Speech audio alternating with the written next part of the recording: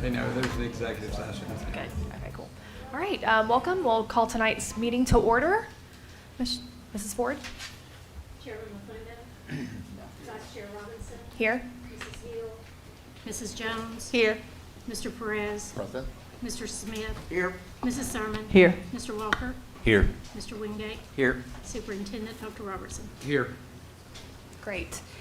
Before we approve tonight's agenda, we have a couple items as amendments. Under item 3, executive session, we are now going to be holding executive session momentarily. And under item 10, board matters, item E, we're adding item 1, resolution to fund SSOs. Do I have a motion to approve the amendment? Moved. Second. Thank you. Please call for the vote. Mrs. Jones. Yes. Mr. Perez. Yes. Mrs. Robinson. Yes. Mr. Smith. Yes. Mrs. Sermon. Yes. Mr. Walker. Yes. Dr. Wingate. Yes. Great. And do I have a motion to approve the agenda? Oh, I don't need to actually do a true. Okay, great. Well, wonderful. So I am one moved. step ahead. Okay. We're tired. It's on. Well, so we'll move into executive session and we'll resume after that.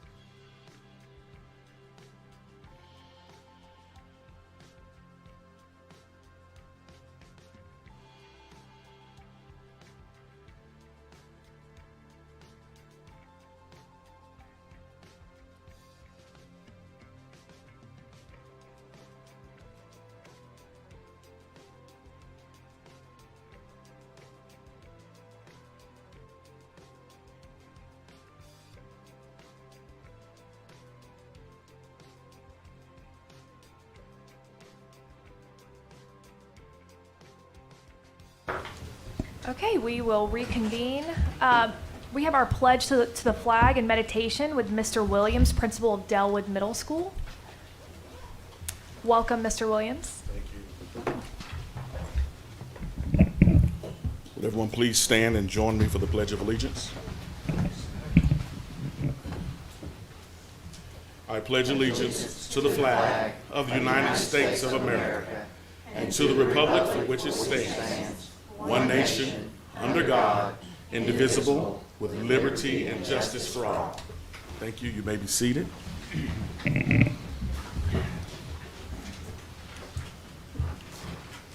Ms. Ford, when you're ready, I'm ready as well. Yes, sir.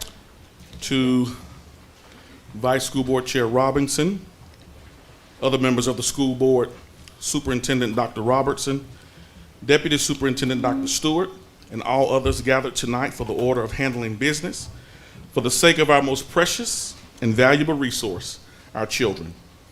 I am Rashad Williams, principal of Delwood Middle School, where it is indeed my honor and my privilege to serve. June is a month of reflection for me.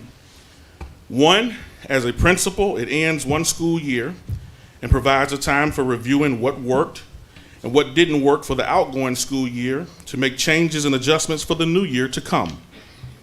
Next, it is my birthday month. On June 17th, tomorrow in fact, I will celebrate another trip around the sun. And every year I reflect on my special day specifically focused on gratitude. What am I grateful for as related to another year of life? Well, I tell you, I am grateful. If my grandmother was here, she would say, for a reasonable portion of health and strength. I can go a bit further and say that I have an ample portion of health and strength, and for that I am grateful. I'm grateful for my wife and daughter, mother, and other family members.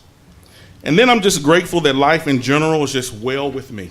No complaints, just life being well. But today in particular, I'm very thankful for being chosen to serve as a leader. To bring context to the picture on the screen, at the end of this school year, we took each grade level on a field trip. 8th grade went to the Lost Sea in Sweetwater. 7th grade went to the Tellis Museum in Cartersville, Georgia. And 6th grade went to Rock City, where this picture was taken. As we all know, Rock City has a swinging bridge. You can choose to take the route of the bridge or not. And most of the 6th graders chose to take the swinging bridge. Whether by willful choice or pressure from peers, nonetheless, most took the swinging bridge. This made most of the teachers take the swinging bridge as well. This student thought he was ready to face his fear. The more he walked, the more he realized he was not. Notice the teacher behind him. She tucks her arms under his and assures him that she is present. With each step, she coaches him. At some point, she had to lift him to make another step. But with each step, he developed more confidence, eventually making it across the bridge. What is not pictured is the mutual celebration between the two once they got to the other side. This picture is exactly what teachers do every day. They get behind students and coach them to face any and all challenges, barriers, and setbacks. Despite their own fears or anxiety, they put student needs before their own. They don't allow them to stop. They push them to take another step. As leaders, whether teacher leaders, principals, central office, school board members, or community advocates, no matter your area of leadership, understand that you cannot get past the barrier of the obstacle if you don't keep walking. As principal, I am grateful that I have been chosen to lead to ensure the school's systems, structures, routines, procedures, and practices all aligned to ensure all students are equipped with the necessary skills and knowledge to receive the proper coaching that will ensure that they can conquer anything, thrive, and experience a future without limits. Much like the picture, I get to lead that every day. My teachers and I face barriers when working and organizing these trips, but we couldn't let that deter us from doing what we knew was right and best for our kids. We kept walking. I have learned that the universe will rise up and provide whatever is needed to propel you to success if you go all in and keep walking. School board members, I know you face plenty of barriers, obstacles, and challenges when trying to decide what is right to propel our district forward. The songwriter said it like this: when you walk through a storm, hold your head up high, and don't be afraid of the dark. At the end of the storm, there's a golden sky and the sweet silver song of a lark. Walk on through the wind, walk on through the rain, for your dreams be tossed and blown. Walk on, you walk on, with hope in your heart, and you'll never walk alone. I say to you, keep walking. Allow me to remind you of some basic instructions before leaving earth. Do not grow weary in well-doing, for in due time you shall reap if you don't give up. Go all in and keep walking. Our kids are worth it, and they deserve it. Thank you very much.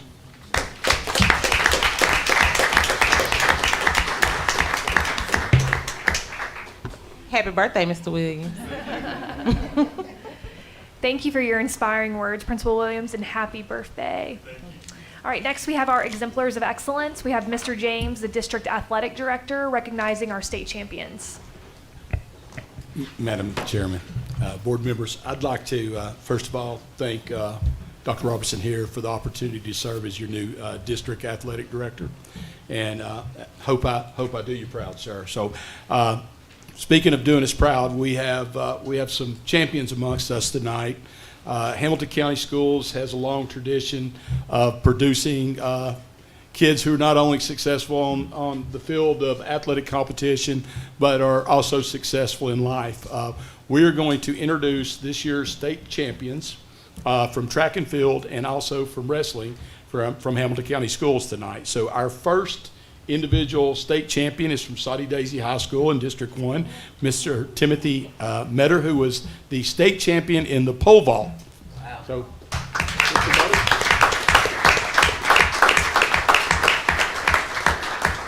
don't think he made it tonight, but we will hang on to that, Ms. Thurman, and thank you so much.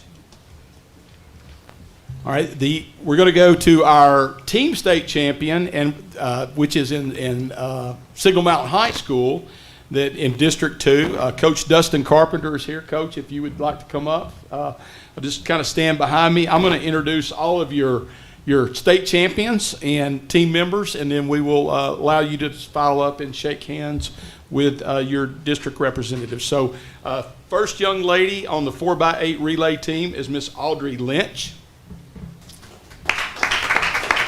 Miss Hannah Larimore, Miss Lisa Lynn, and Miss Kelsey Thompson.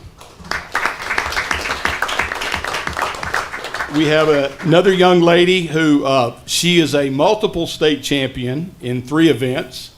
Her name is Miss Kara Wilson. Miss Wilson was state champion in long jump, triple jump, and the 100-meter hurdles. Quite an accomplishment. We also have Miss Ashlyn Rock, the state high jump champion. And now we're going to move on for Signal Mountain into the boys 4x8 100-meter relay team. Mr. Caden Boehm, Mr. Jack Gibby, Mr. Noah Schreiner, and I'm going to try this one right here, Coach. Josh Pote. Okay, I just like it spelled. All right, and we're going to repeat his name a couple of more times because he was also the 1600-meter champion and the 3200-meter champion. So quite a 3-time state champion there himself.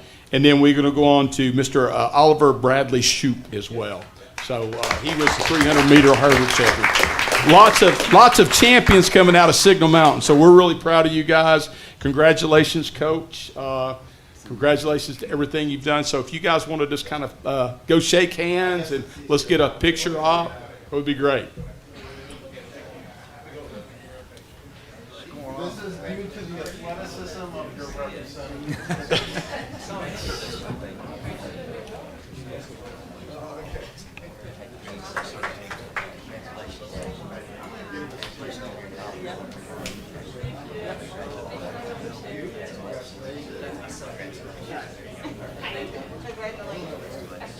Congratulations. Good job. Back with way too much work for me.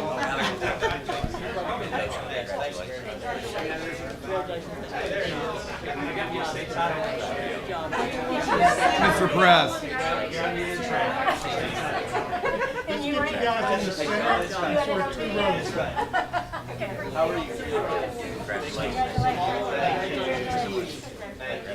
Congratulations.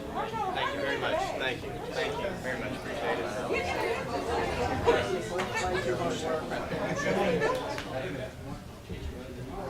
Did you get it figured out? At least now someone on there saying no singing. He said I should be able to turn it off. One, two, three, and we'll shoot one more. One, two,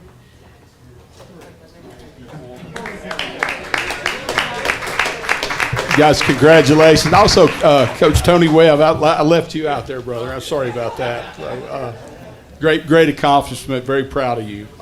We're going to move on. I will come back to the Signal Mountain Wrestling team here in a minute. I'm going to continue on the track and field path.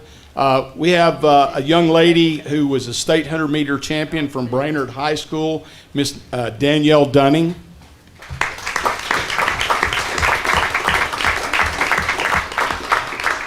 Don't believe that Miss Dunning made it tonight. Also, we have the gentlemen's 4x100 meter relay team from Brainerd as well. Is Jalen Dupree, Martels Carter, Chris Giles, and I believe it's Talijah Witt, if I pronounced that correctly. I don't believe those gentlemen made it tonight either. We do have representatives from Tyner Academy out of District 5. The boys 4x4 100-meter relay team is present with Coach James Ward. So if you guys would just come up when I call your name. We have Jamari Jenkins, Giovanni Dixon, Demetria Lovick, and Zajon Hubbard.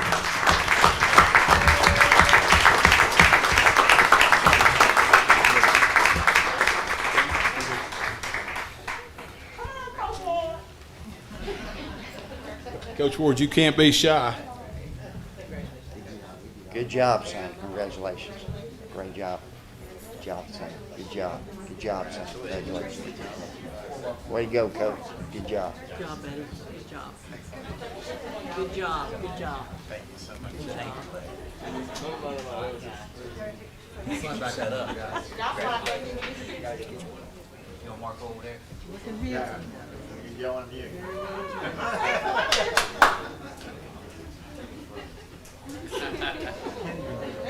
there you go. Yeah. They're looking handsome. One more. One, two, three. Thank you. Great things about these young men. They're all underclassmen, so they will be back next year with a chance to repeat their efforts. So very proud of you guys. Another individual who could not be here tonight, he's actually already reported to football camp up at Austin Peay State University, was a 4-time state champion, Jeremiah Flemings out of East Hamilton. He won the 110-meter hurdles, the high jump, the long jump, and the triple jump. So quite of accomplishment for a kid that it's the first year he'd ever ran track and field. So that pretty much takes care of our track and field. And we're going to bring up our state champion team in wrestling from Signal Mountain. We're going to recognize the state champions and their coaches. So Coach Clements, if you guys would come up at this time, I'm going to introduce your state champions first. And Caleb Urachuk, he was a captain and a state champion at 120 pounds. And his brother, Ethan Urachuk, was the captain and a 13-pound champion as well. So if you gentlemen would come up at this time.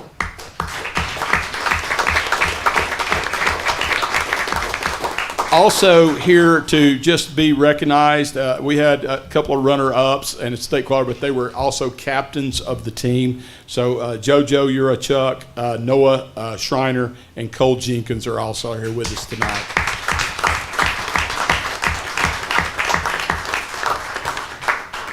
a lot of us spent a lot of years coaching, teaching, working as athletes, and never have that opportunity to win a state championship. So for all these kids, it's been a great accomplishment. It's kind of the pinnacle of their careers. I know both of your Chucks are coming back, so they've got a chance to be three-peaters, I think, if I do my math right. So if you gentlemen will file up, shake hands with your district representative, and And in I good appreciate form, you. I already gave you the certificate when I shouldn't have, so. Good job, son. Congratulations. Congratulations. Good job, son. Good job. Good job. How you doing? Congratulations. Good job. Did they call your name? I'm sorry. Let's go ahead and get your picture, guys. Okay, I was trying to say, they should have your name. There was a young man here who did get his name called. Evan, I'm sorry, I left you off, son. I didn't have, yep, I have Ethan. Okay, sorry about that. Okay, 1, 2, 3, we'll shoot one more just to be sure. 1, 2, thank you. Gentlemen, thank you. Congratulations once again, Coach. It's a huge accomplishment. No pressure for next year, right? Okay. All right, guys, we have a lot of great kids and a lot of sports here in Hamilton County Schools, and we want to make this a regular occurrence of celebrating our state champions. So hopefully in the fall we'll come in again and we'll be celebrating some more. So thank you for your time. I appreciate you. I look forward to working with you in the future. Have a good night. Thank you. Actually, Mr. James, I think Coach Wingate wants to say a few Coach things. James, congratulations on this new position, and I'm thankful you're willing to serve in this role. Looking forward to it. I'm honored, and I thank you for your sentiments, sir. Thank you. We've got some more comments for you. Coach Ward, before you go out that door, I see you going out that door, Coach James Ward. Oh. Better get back here before you get in trouble, Coach. I just want, he's not in trouble. I just want to acknowledge Coach Ward. I know him as Mr. James Ward, but he is an active community leader, especially for our youth here in Chattanooga, and has been for many years. Coach Ward doesn't even have children in the school system anymore, but he continues to commit time to our youth, and I want to acknowledge him and thank him for that, because he doesn't have to do that anymore. But he continues to do that. And just in case y'all didn't realize that last name, think about the Ward name and it comes to sports here in Hamilton County. So his seed continues to do the same thing. He's modeled great examples for them, and we are thankful for Tyrus and EJ as well. So thank you so much, Coach Ward. Absolutely. Thank you. Thank you so much. All right, we'll move into our presentations. Dr. Sonia Stewart. Good evening, everyone. Glad to be with you and spend a couple minutes talking about accelerating student achievement and really sharing with you kind of at a high level some of what we shared with the principals during the Principal Leadership Institute the first week of June. Wanting to do this just so you guys are just continue to see in front of you the language that's being in front of. Can I just point out, we're not seeing the screen. Do you have a copy? Yeah. No, I know that's right, but I want you to know that. Okay. If you're planning to- Yeah, thank you. And just to reiterate, everybody's got this packet, and this is what we're following. Is that correct? That's what you're following, and this is kind of the supplemental document that you got on Monday. I just wanted you to have it in your hands, and I'll talk just a little bit about that. Thank you. So just a reminder of who we are, right, and our just cause, that all of our kids would thrive and experience a future without limits. And again, just that everything that we do is aligned to the strategic plan. And you'll see tenets of that all throughout what we're talking about tonight, accelerating student achievement clearly being at the center. Reminder of where we're headed, right, that our third graders are going to be reading and we're going to be graduating kids and making sure that our ACT scores are improving. So just wanted to put that, just a reminder out in front of us. You know, it's that time of year where we just remember, I think for us as we head into this new iteration, and I think Dr. Robertson and I really wanted to take the launch of summer as a good opportunity to really kind of set the foundation for some of the work we have moving forward. And we started that by going backwards to come forward. So just a reminder where we were as a district, 6 years ago, and where we were when the data came out last time, that we really have made some tremendous strides. We know that we've done that in growth as well. Are we good? You keep going. You keep going, yeah, very good. Okay.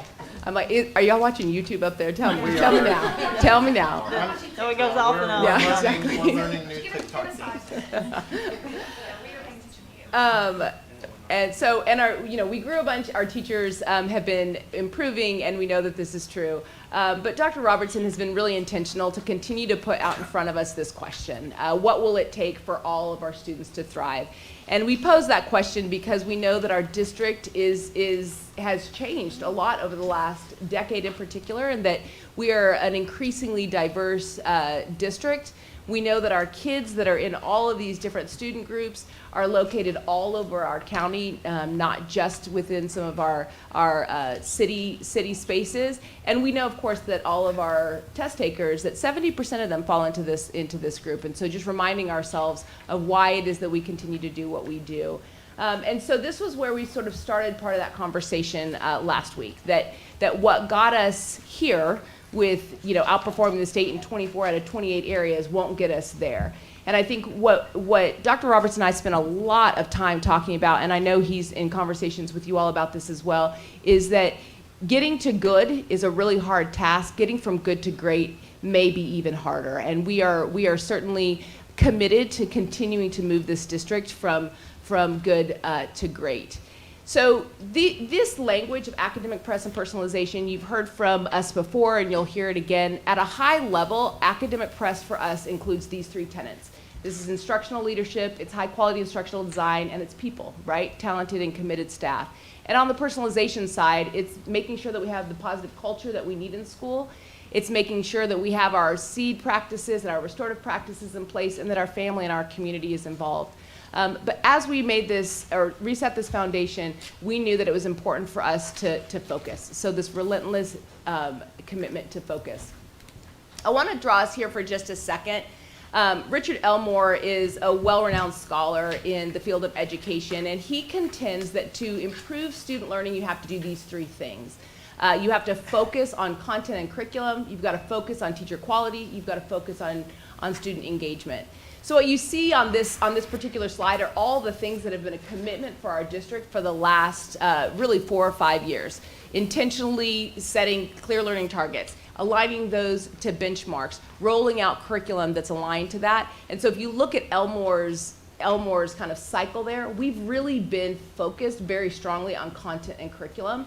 What we're wanting to intentionally focus even more on is instruction and student engagement. We know that teacher instruction and what's coming from the teacher to the students is what drives student engagement. And so in that vein, we spent a good amount of time creating what you guys got on Monday, and this is the instructional framework. And what you see here is a guide. And this is now in the hand of every principal, assistant principal, and instructional coach in our county, and will be given to all of the teachers when we get together on August 8th. But what this really does is it situates academic press and personalization in some of the work that we've been doing, as well as identify some content-specific strategies that you see there in the front. And so what's on the slide here is with these three pieces is that there's an academic press and personalization framework that's embedded in this instructional framework and supported by the HCS teacher development framework.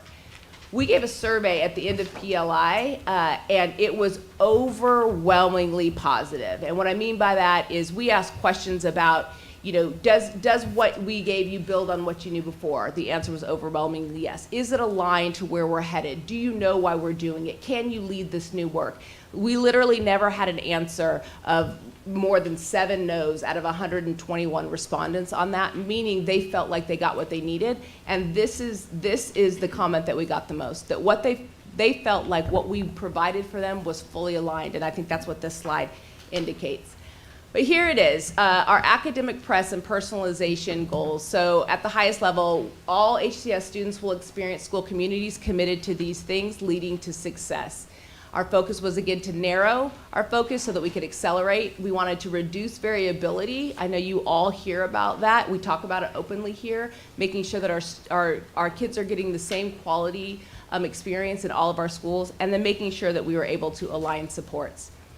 We built on things that we've already been deeply committed to. So these are the foundational levers. This is in the very front of this instructional framework. But this is the language we've used as a county for 5 years. We wanted to resurface it and make sure we're all still committed to going in that direction.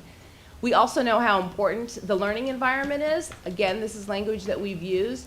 I point to the 5th indicator there. We spent some time thinking about this, and we've talked about that here.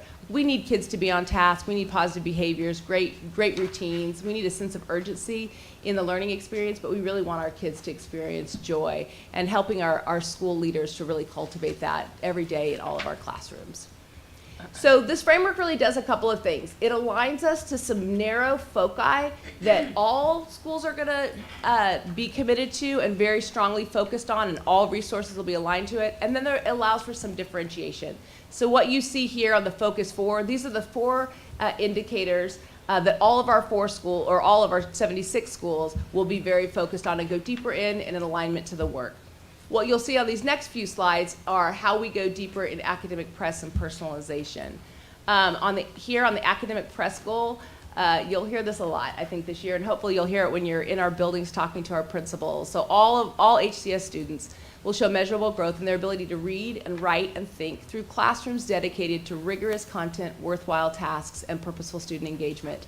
That green box there, all of that is coming out of the instructional practice guide. It's an instrument that our schools have been using all year. It's an instrument that's been vetted around the nation for more than 10 years that we're streamlining. We're gonna learn, we're gonna grow in our ability to read, write, think, and we're doing it by being very narrowed, intentional, and focused. This breaks that down even further. So in rigorous content, you can see the bullets below, and I won't detail all of them, but I will say this. All of our schools are going to be functioning with academic press and prioritizing their work in these 3 lanes, and then they will choose very specific places that they'll press in their own schools, and all supports that come to them in schools will be aligned to their priorities. Let me say that again. All supports that come to our leaders in schools will be aligned to their priorities. This is the place where we change the game. Coming through education and coming from being a school leader, especially being a leader in a high-need school, you get ideas thrown out at you left and right, and you're pulled in multiple directions. This is our commitment to intentionally not do that. We're meeting with principals and we're saying, all right, these are our 3 buckets. Where does your school need to put its priority? Tell us, and we are going to reinforce that priority with all things, with our learning walks when we're in school, with our feedback that we're giving to principals, with our instructional coaches, professional learning, with our PD that we're doing on August 8th. Everything is integrated and aligned based on the foci that they set. It's huge. We know that to focus is an accelerant, and we are very committed to building the systems and structures that allow for that focus. On the personalization side, all of our kids will experience a deeper connection to their peers, educators, and the school community.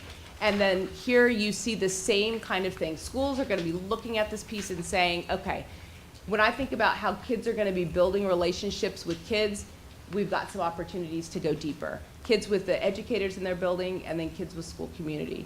Certainly part of our conversation tonight is going to be about school safety. What you see on this slide are all sorts of indicators that press schools to be intentional in the way we create safe learning environments for our kids, build relationships with our kids, and ensure that right connection with our school community. So again, we will reinforce these things in all of our trainings and all of our coaching and support in our schools. This piece right here, I won't go very deep, but I will say one of the things that we really talked a lot about with our principals is the ability to lead change. It's one thing to build frameworks that can create change, or structures for change. It's another thing to be able to lead it. And so this is the frame that we're using, where we believe that in order to move change, or especially second order change, these 4 components need to be in place. And then what you see are the ways we're doing it. But everyone really needs to understand the why, right? Why are we taking this step? Why are we building these systems? And then build the systems that reinforce that why, develop the talent and skills, making sure people can do the work that we're asking them to do, and then model it. Model it, us as a central office staff, all the way through the school community superintendents and the principals into their instructional leadership teams and in their school. Again, the reason is we believe that if you narrow the focus, it causes acceleration. We are committed to reducing variability and then aligning the supports. So wanted to get that in front of you. It's specific, it's narrow, It's aligned, and we feel like it's going to serve as an accelerant to the work that we're doing in our schools and with our leaders. And that we really launched the summer with them having lots of time now to action plan around some of this work. And I'll tell you, I met with, and Mr. Williams is sitting here behind me today. We met today and we talked about his academic press goals and his personalization goals and how he would be able to roll that out. Those conferences are happening between now and the end of the first week of July, where principals are articulating their priorities, and we're helping them begin to plan for those as we open our doors in the fall. So I will pause or stop and see if there are any questions or points of clarification I can offer.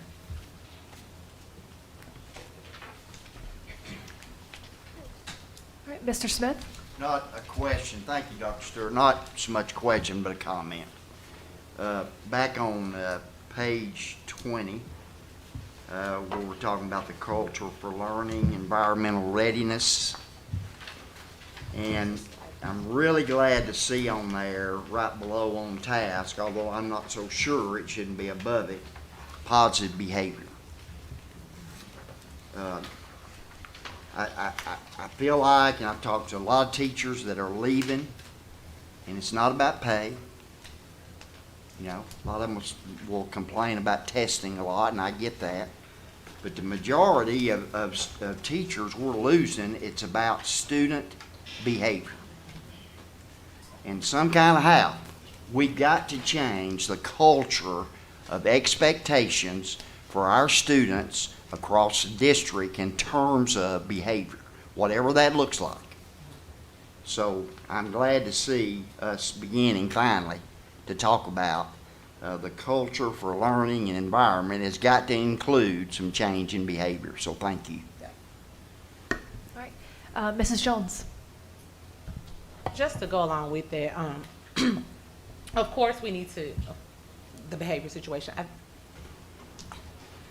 Maybe this is, and I need to go back, but maybe it's on the piece that talks about the community piece. But I know that when I was a kid and being a mother, I have a responsibility as a parent as well. So when we're looking at addressing what Mr. Smith is saying, because I too, I've suffered, District 5 has suffered some losses with educators because of the same concern. And what I'm hearing is that there's no accountability to the child. And the only person that can ultimately hold accountability to a child are their parents or guardians or village or whomever is responsible, custodial person in their lives. And so I would offer to those individuals who are in those roles in the lives of the children that we need you all to help us help our teachers. I mean, we hear a lot from the community that our teachers did what they deserve, and we know what they deserve because they put in a lot. And we know the roles that our educators, teachers, and administrators play. But they are being worn out with having to be the parent as well.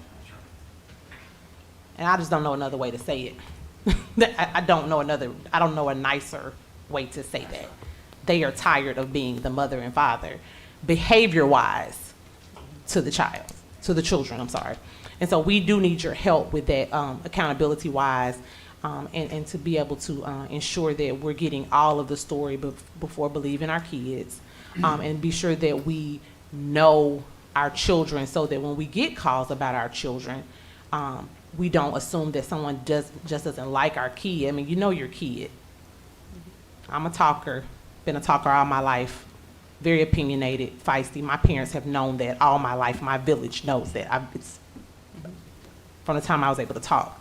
So if I got in trouble for talking or snapping back, my parents didn't say, no, she didn't. My daddy just said, we're going to deal with you when you get home. Because he knew I had popped off. So I just think that there's an accountability there, and I don't want to prolong it, but I just want to say that, Joe, because I think our teachers need to know, and our parents who have children who don't misbehave but are not able to learn or be taught as well as they probably could, because the teachers have to address behavior. They need those parents, whoever you are in Hamilton County, to step a little further deep down into that role and hold your kid accountable for their actions.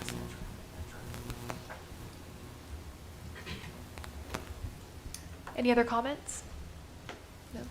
I will add, I do really like this piece. I think it's a good way to help all 5,000 employees understand,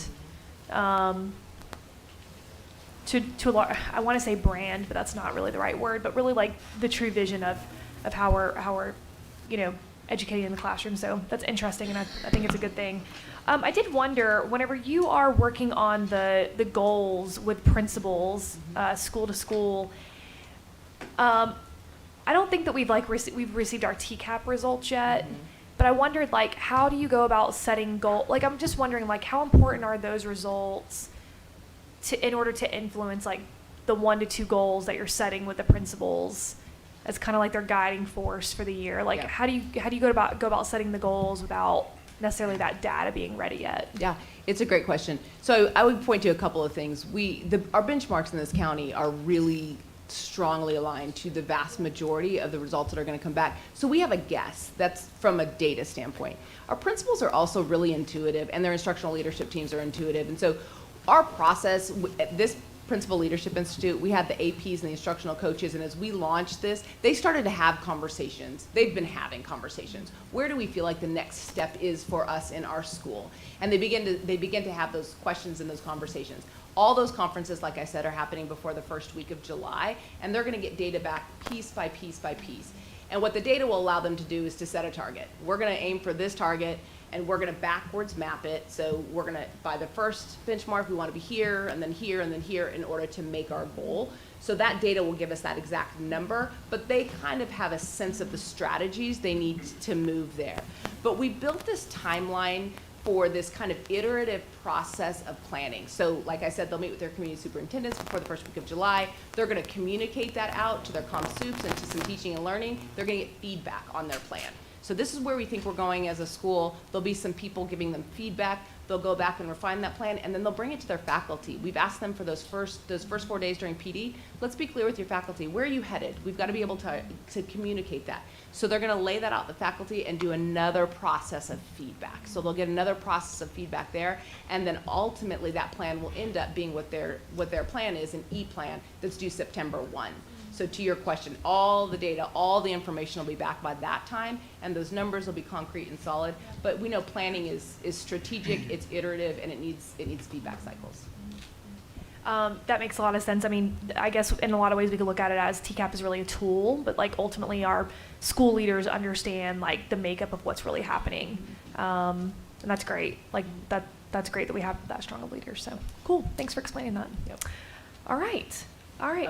Tiffany. Oh yes, go ahead. Yep. Okay. I'm sorry, I had my light. I didn't know. Oh, I'm so sorry. Did I not? I think. Yes, you do. Okay. Please go right ahead. Okay, that's okay.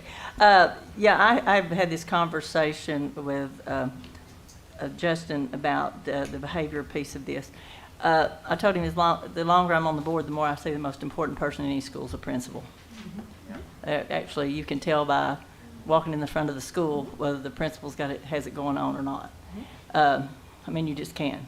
When you walk into the front door of the school, you can look around and you can see things that are taken care of, things that are not taken care of. I mean, they're the captain of their ship there. Sure. And one thing is when I was talking to Justin about some of the behavior issues, is some of the principals, I don't know whether they're not understanding our code of acceptable behavior. And Justin did tell me that they were working on making sure the principals understood that they have a lot of autonomy with that, where they go with that and how it's implemented. And I hope you hone down on that when you all are training the principals and assistant principals, because some of the consequences for behavior that I'm hearing from teachers and others is just not acceptable, and they don't feel like they are being backed up by the administration when it comes to discipline. And so I think that's another thing. The teachers need to know that the administrators have their backs. And so I just think that's another thing we need to be sure that we have some really strong principals in our school, because they are the most important person there. Thank you. Yeah, I think because this continues to come up, I think when I think about the work of discipline, like discipline doesn't start with the consequence, right?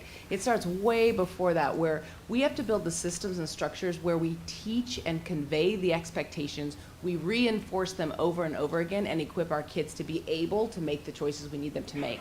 And then when they don't, we need to have clearly defined systems and structures to respond to those things. And so I think from a systems perspective, it's both and. to your point, like principals have a lot of leeway. I agree that the code of acceptable behavior hasn't been fully understood in terms of their ability to kind of work within it. And I think part of our responsibility too is to give them all the tools that they need to create the conditions in their buildings that support that positive behavior we're looking for. Well, if the code of acceptable behavior needs to be clarified or something that the board needs to deal with that, we need to know what it is that actually needs to be clarified. And also, if some of the discipline's taken care of the first few, I know I had a principal friend one time that said he found out the biggest, toughest guy in the school, and the first time he really tried to show out, you know, he disciplined him very strictly, and that way everybody else looked and said, hey, if he'll do that to this guy, he'll do it to anybody. This pandering in the beginning lets the thing get completely and totally out of hand. You can't just keep on, students should know how to behave, especially when they get to high school. We shouldn't have to pander to them in the first year to be sure that they know the rules. They know the rules. They're choosing not to follow the rules. So I think, like I say here again, the teachers need to know that the administration backing them up. If not, they will do like Joe said, they will continue to leave. And we can do all of the edubabble we want, but that's just the bottom line. Okay. Mrs. Jones, did you have something else? No? No problem. All right. Thank you so much for the presentation. We appreciate the update. Okay, we'll move into the board member disclaimer statement, and we'll start with Mrs. Thurman. Okay, I declare I have a relative who works for the school system, and the board's vote on the budget will have an effect on my relative's employment. Even so, I hereby certify that I will cast my vote in the best interest of the school system. I declare that I have a relative who works for the school system and that the board's vote on budget, policies, etc. may have an effect on my relative's employment. Even so, I hereby certify that I will cast my vote in the best interest of the school system. I declare that I have a relative who works for the school system and that the board's vote on budget, policies, etc. may have an effect on my relative's employment. Even so, I hereby certify that I will cast my vote in the best interest of the school system. I declare that I have relatives, plural, who work for the school system, and that the board's vote on budget policies and all the rest may have an effect on my relative's employment. Even so, I hereby certify that I will cast my vote in the best interest of the school system. I declare that I have a relative who works for the school system and that the board's vote on budget policies, etc. may have an effect on my relative's employment. Even so, I hereby certify that I will cast my vote in the best interest of the school system.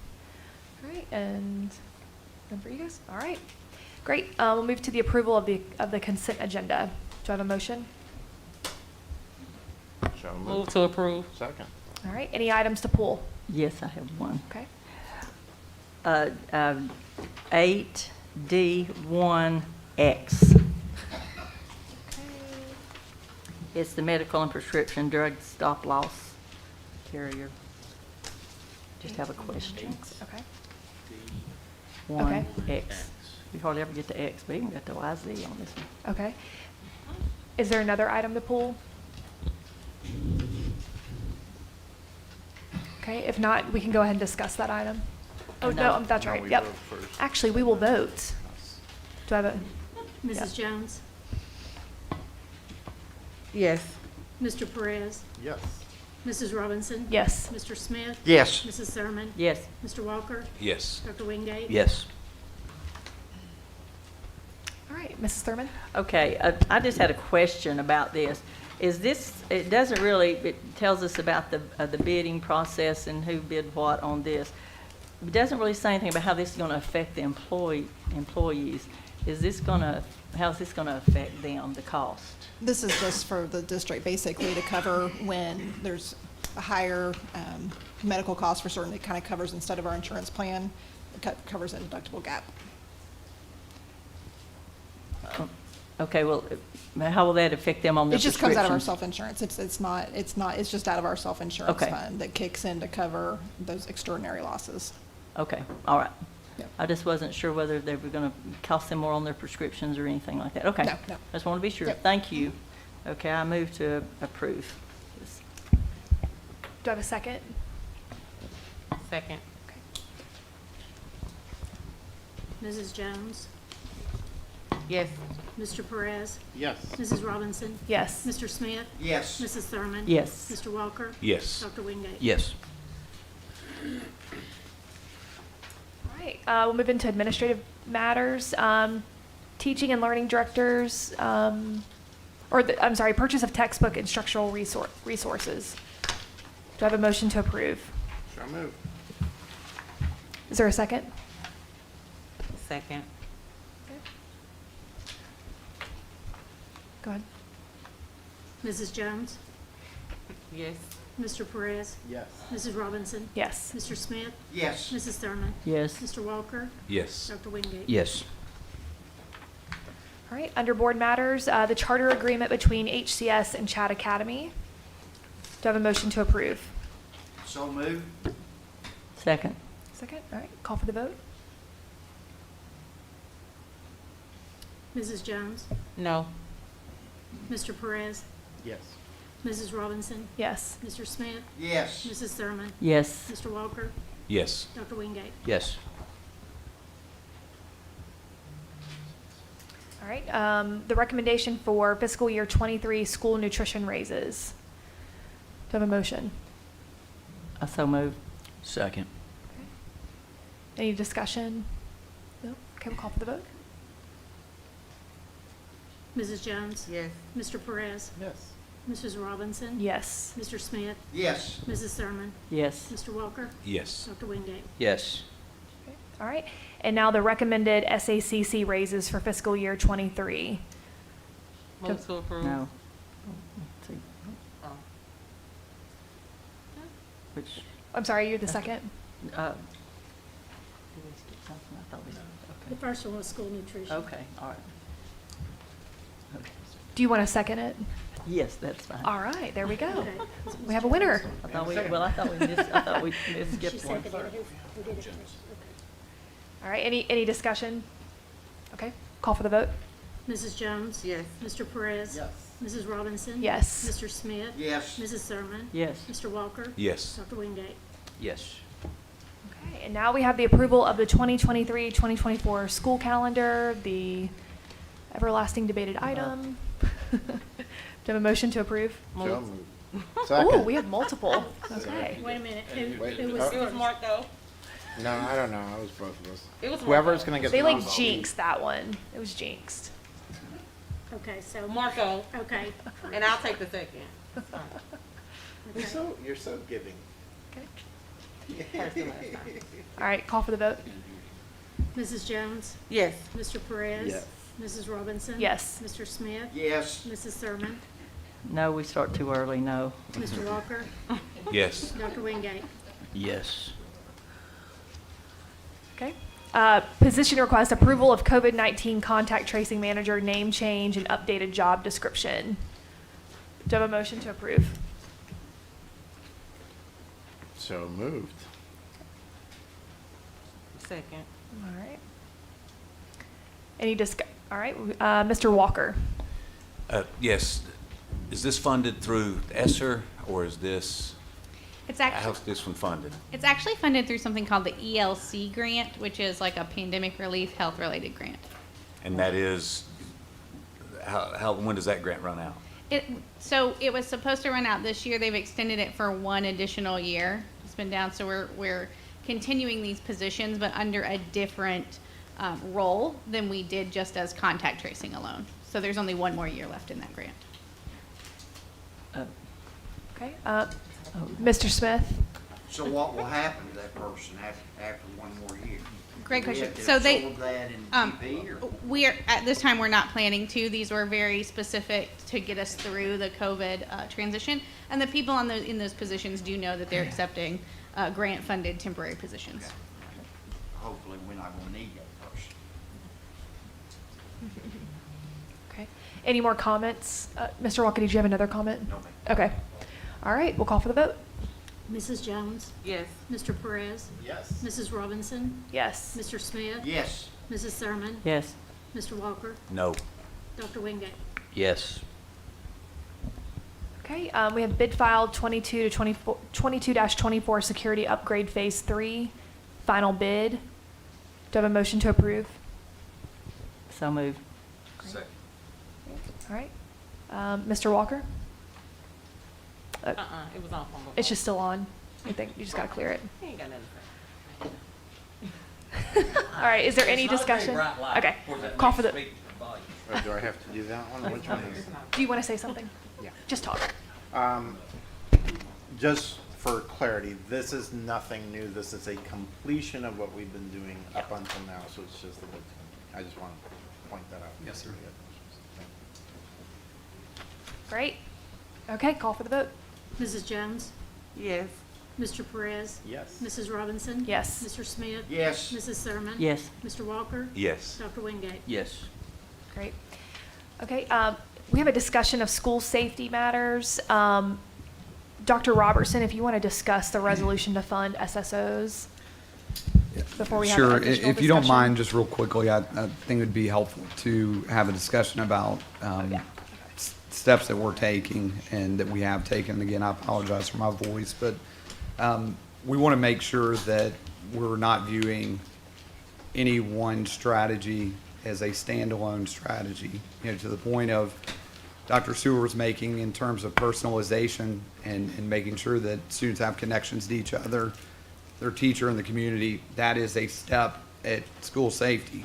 And so when you think about students belonging and their value in a school, that is again a step towards school safety. We also need to think about support as a step towards school safety. So mental health services, we approved the Cornerstone Agreement tonight. We have counselors in place. We have behavior specialists in place. Those are steps towards creating safer learning environments. And then, of course, we've got to think about security, and we've done a lot since 2019 when Dr. Corbin came in. We've hardened entrances, we've improved cameras, we've put in keyless access, visitor management systems. We've taken a number of steps. 2020, this board approved hiring an additional 9, what we at the time were calling student safety or security officers. Was meant to be a trial run and really fill a gap and a need for some places that we were not able to get SROs, and been very successful in that effort. We now have 19 that have, in Scott's terms, I can't remember what he said Monday, but it's been got a lot of high quality people in those positions. I've struggled the last 2 weeks like you guys have in terms of, what do we do? Like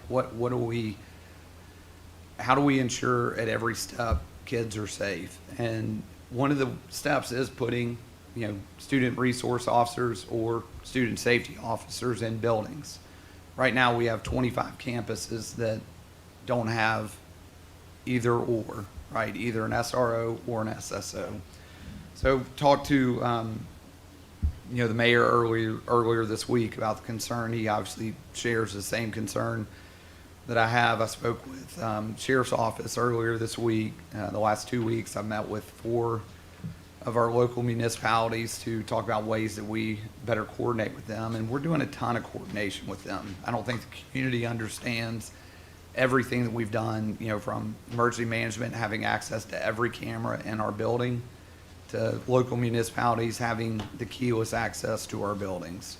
We're coordinating a lot, but we need to do a better job of, speaking to that coordination. But in talking to the Sheriff's Office and Mayor Coppinger about this concern about how we expand this program, the resolution that you see came out of that conversation. Essentially, the resolution is to, for this school year, pull one-time funding from our fund balance and ask the county commission to pull about the same. We're pulling, the request for us to pull 950, request for the county commission will be to pull $1 million.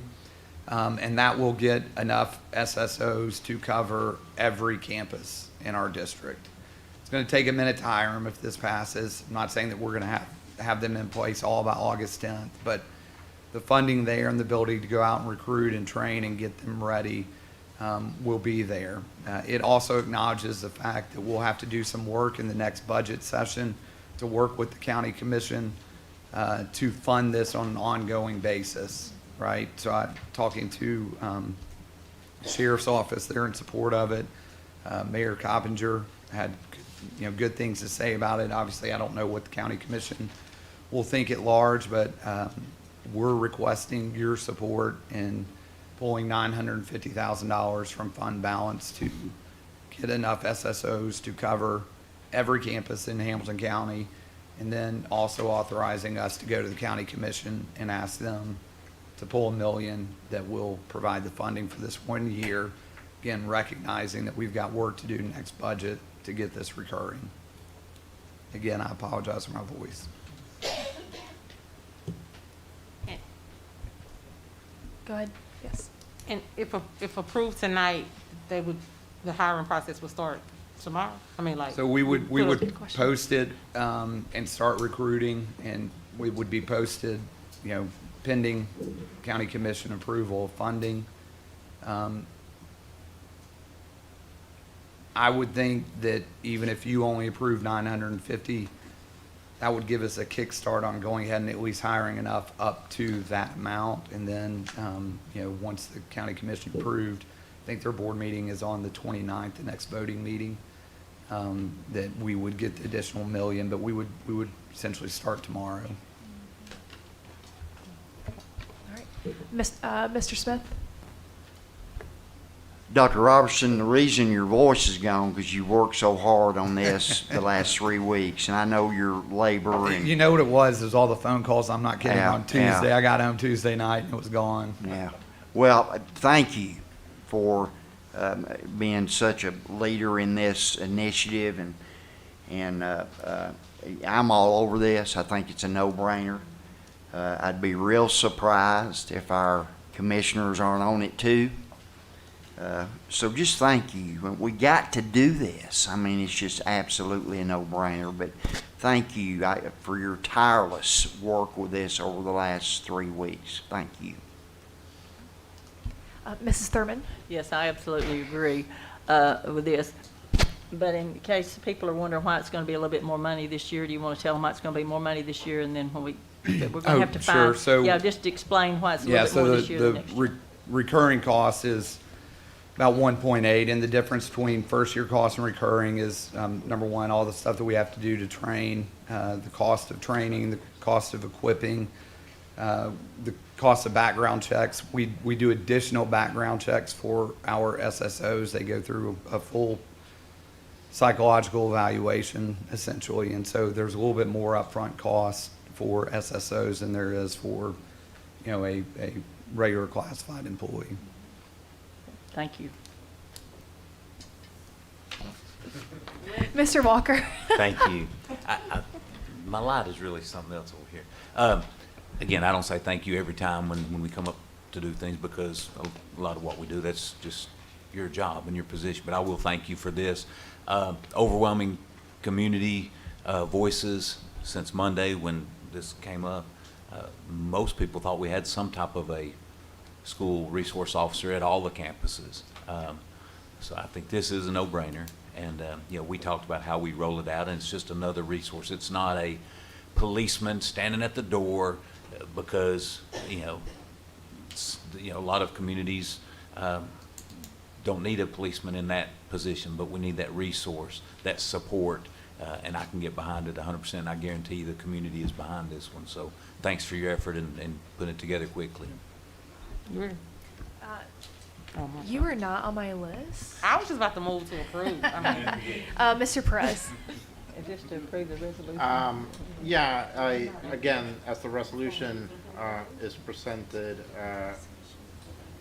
you've said it, I feel also the need, but this is one of multiple things. That's right. And SSO is not the solution, absolutely, or SROs, either one, but they are one of the elements we put in place. We just approved the third phase of a bid of security, which we're in the third phase because we've done 2 previous phases, right? So that's important for the community to know. And then to Dr. Stewart's presentation as well, thank you, because I do, I've said it before, a kid has to belong somewhere. They have to have their group, their tribe, their on 2 ends. One, because it helps them be well. We talk a lot now about mental health. regarding this, and so I hope we also as a community get the resources behind that, but we need students to belong so that they're well, but also so that if they're not, somebody notices quickly and takes steps to help support them. So thank you, because it's all that picture. Beyond that, there's things that are outside of our control and outside of our voice and outside of what we can do, but we appreciate that you're all doing what we can. So I just want to talk. Thanks. I'll just add a couple comments. To your point, this board and this administration has done a lot over the years around safety, and it is true that I don't think the community fully knows that work, and I think that we do our best to also kind of do some of that work quietly because of the importance of it and the kind of sacredness of the topic. But I did want to point out that in 2018, we put a director of safety in place, Mr. Corbin, or is it Dr. Corbin? Yes. Dr. Corbin. There you are. There you are. And I think that that's a game changer for our district, but we have certainly struggled with getting enough SROs, and so I really hope that this resolution will push that ability and opportunity forward to find the people that we need in those in those positions. But just a couple things I wanted to mention. This topic is really hot right now because of the unfortunate events that have happened in national news. There is something called the LifeSpot app, and it's a geofencing app that I just wondered if the district would consider looking into. I believe that it's something that it would track teachers and students that are inside the building and actually give exact location of where they are. I don't know how that ties into the work that we're already doing with the emergency center, but just wanted to at least put it on the administration's radar. And then just another comment to add on the topic of safety. We are definitely going to see, I'm sure, more in the coming months with legislation around gun safety and possibly even protocols that school systems or districts might be required to take or to put in place. And so, I don't know if you have any insight at this point into what might be coming down the pike, but it'd be interesting to have a dialogue. I was with Ben Torres at TSBA this past week, and right now it's a wide open field about what's going to happen. This has been a topic anyway for the General Assembly for a while. I think there's going to be a sense of urgency where we're going to see a lot of steps moving in a lot of different directions. What that looks like, I couldn't tell you. I think right now a lot of people who have opinions are speaking their minds at the legislature. Okay. Yes, please. Okay, just one other thing. I think that Justin and I talked about this. I know I talked with Scott about it. I know there's, I've received some email, and I don't know whichever one of you received email from a state trooper that said a lot of times the state troopers need to have a place where they can go and sit and update their logs and finish their paperwork and things, and suggested that our schools may be a good place for them to do that, to give them a room to do that.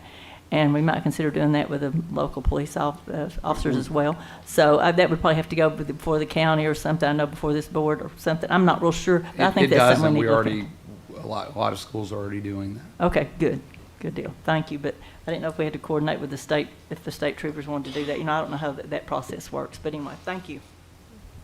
That's awesome that they're already doing that. Yeah. So the reason this has been successful, to Scott's point on Monday, is because of Dr. Corbin and the 19 people that he's hired and the caliber of people that he's hired. I told him yesterday, I was like, if we get this passed, the standard of the people we hire cannot go down. It's got to remain high. And so I want to say, thank you to Dr. Corbin and the 19 SSOs for what they do. Yeah, absolutely. Thank you so much for your work. Just one additional comment on this before we vote. I just think that we also as a board have got to remember that our discussion around facilities is also the same. It is also a discussion of safety.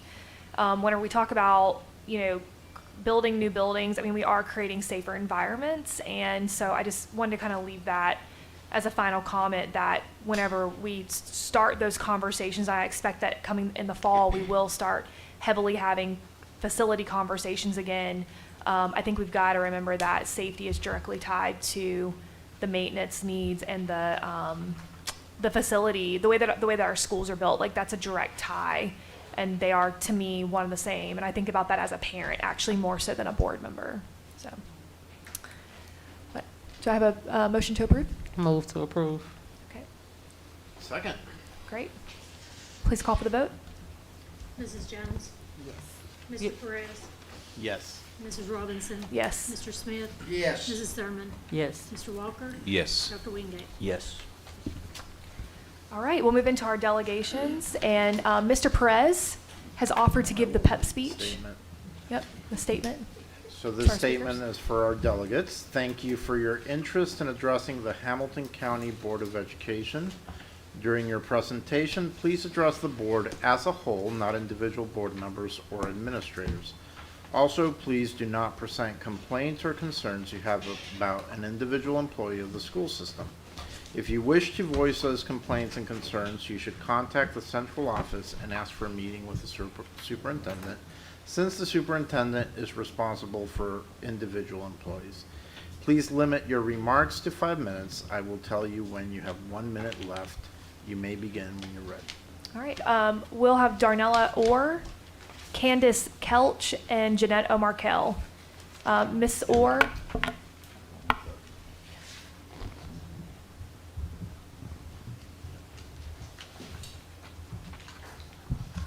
Good evening. I am here today to talk about my daughter, Maya Orr. And I want to ask a question. Naya, stand up and wave at everybody. That's Naya. My daughter attended Hunter Middle School. But my question is, I've heard all of you sit and talk about the behavior and what you're doing to try and change the behaviors done at school. But I specifically want to know what you're going to do to change the behavior at Hunter Middle School and protect my daughter. On March the 14th, I was at work, and my daughter sent me a text message that said she was coming out of the bathroom and she was stabbed by 2 boys. My daughter was not allowed to call me. My daughter could only text me. When I asked my daughter where her teacher was, she said that the teacher would not let her contact me. I, while on my cell phone talking to my daughter, called up to Hunter Middle School, and I told them who I was and that I wanted my daughter brought to the office, that I wanted the police call, and that I wanted the parents of the 2 boys that attacked my daughter at the school.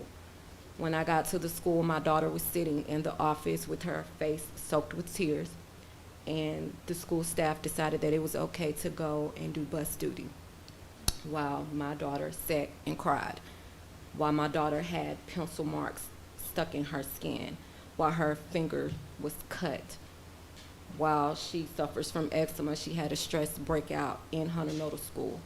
Nobody was there to help her. She sat in a chair by herself and waited for me to get there.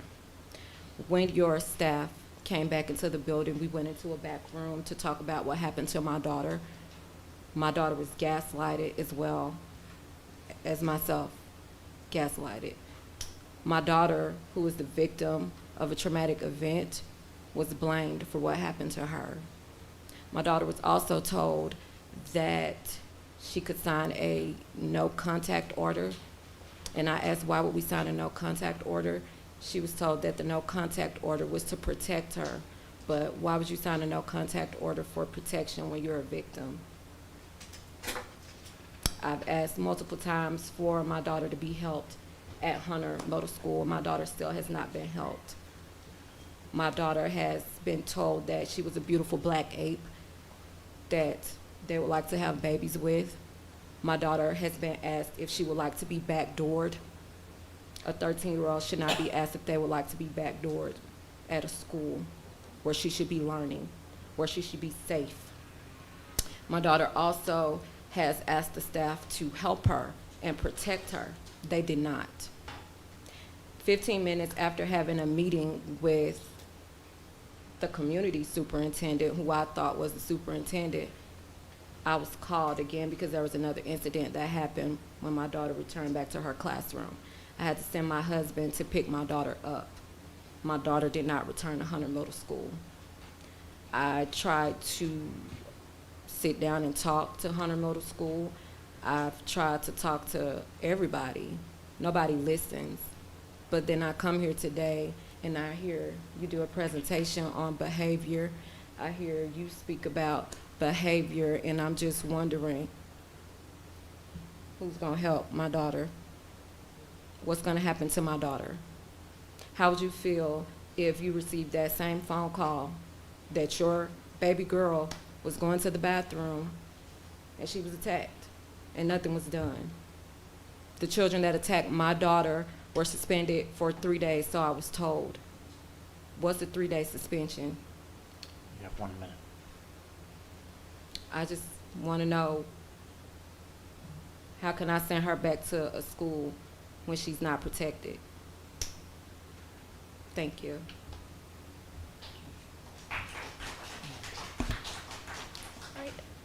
Candace Kelch.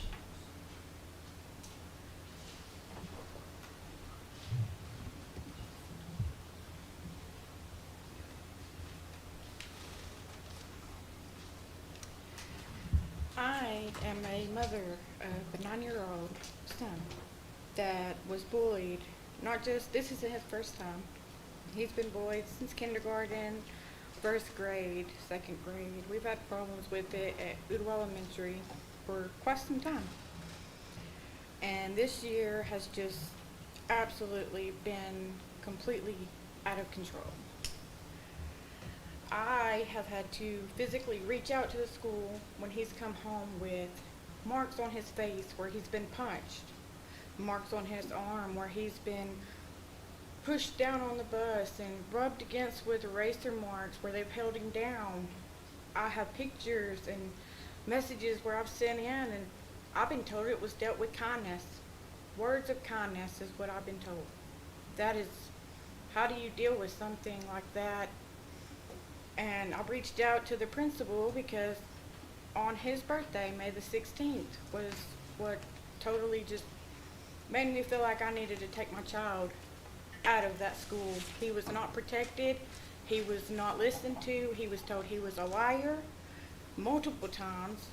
And the only time that I was really reached out is when he was being in trouble, or they were telling me he was in trouble for doing stuff that wasn't confirmed by an adult, wasn't told, or nobody that was an adult told them that my child did said stuff that he got in trouble for. He went to school that morning. He rode the bus. He was so excited. He was showing off his birthday stuff.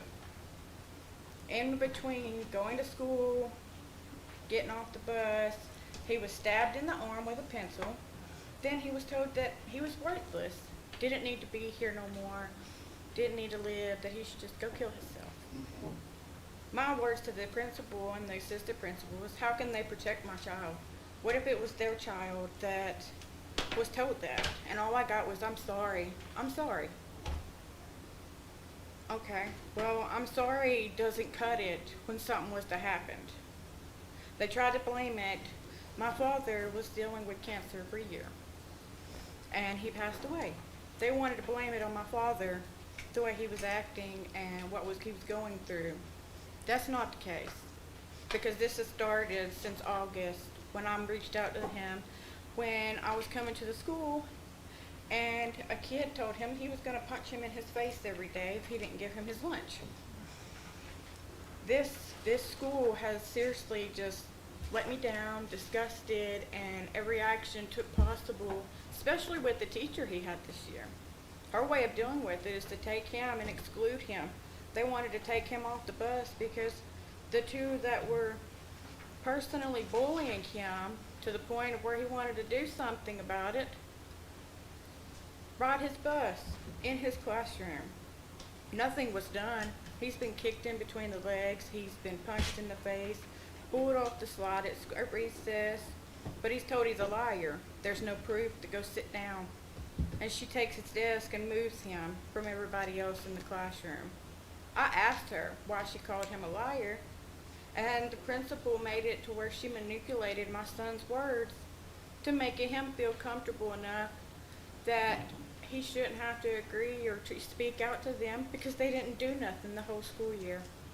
Absolutely nothing was done to protect my son. It's just I don't know what to say considering I went to Ooltewah, my siblings went to Ooltewah. My parents were always notified You have if 1 something was minute, sorry. happening. So when I asked them what they could do, they didn't have an answer. It's just absolutely, and when I was told that my son couldn't take self-defense classes, that he was going to be the bully, that they couldn't have that at their school. Well, he will be defending himself because this is unacceptable in any parent's situation. And I want everyone to know, listen to your child when they're telling you something, because you never know what's going to happen in the end. You never know what they're trying to tell you, or if it's true, what's not true. You need to take action and listen to them.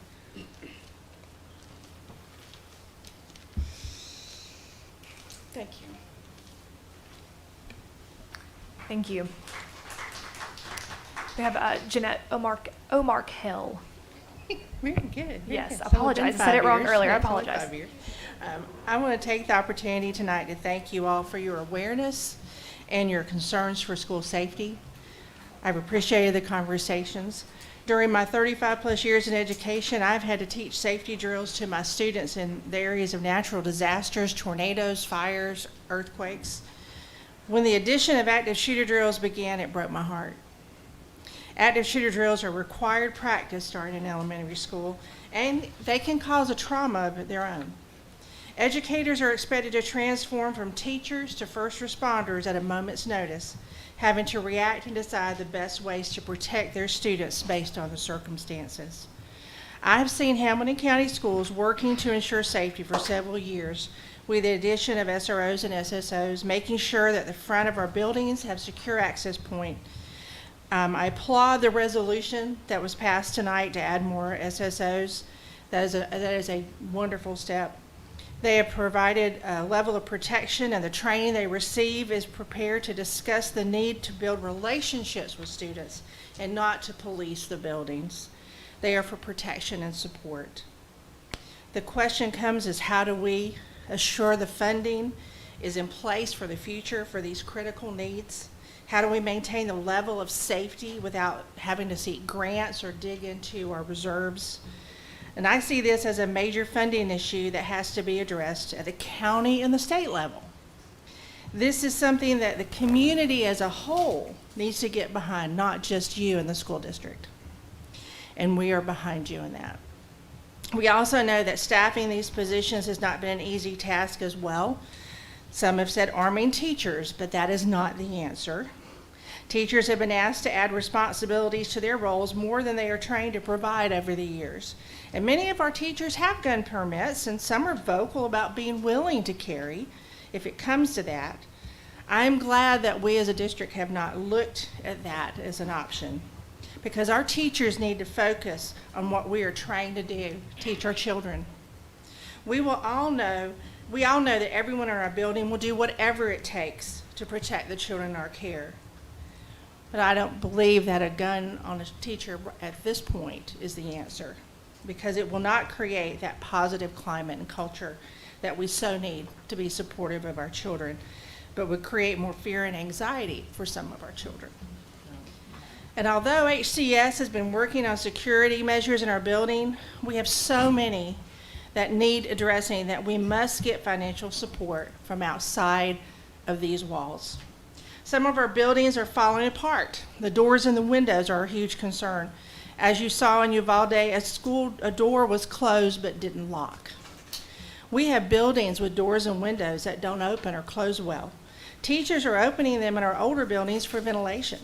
Ensuring that these buildings have secure windows and doors and adequate ventilation in all rooms is necessary, and that's outside of your call. We need more from the district. The other issue we could do is the windows in our buildings could have privacy screens or shields placed upon them where you can see out and have light in, but not be able to see into the buildings. We have rooms that have windows that cover the whole wall. People can see into that, and that prevents being able to hide in the case of an active shooter if they are outside of the building. And there are probably other low-cost measures that could be put in place as well. Just as students can't learn if they feel unsafe, they also can't learn if they're dealing with trauma from incidents that happen outside of our school grounds, as we are seeing, or they're worried about safety. Our district has worked and is continuing, and I like that they are working on outside sources, smaller class sizes, partnering across all of the community to provide school-paced counseling and mental health services. That needs to be across the district, not just in certain areas, because we need to have those wraparound services that include home, school, health care, and community touch points that not only address academic and social and emotional learning, but also work on the housing and food crisis, as all of this is impacting our students' mental health, which is impacting our safety. These are just a few concerns that I wanted to bring out, and thank you for all that you're doing. Thank you. All right. What's left on the agenda is we have our legal services report, a donation acceptance, events and announcements. Monday, July 4th is Independence Day. Central office will be closed. Monday, July 18th is our board agenda session. And Thursday, July 21st is our next regular session. Does anybody have anything else to add tonight for discussion? Great. We will adjourn.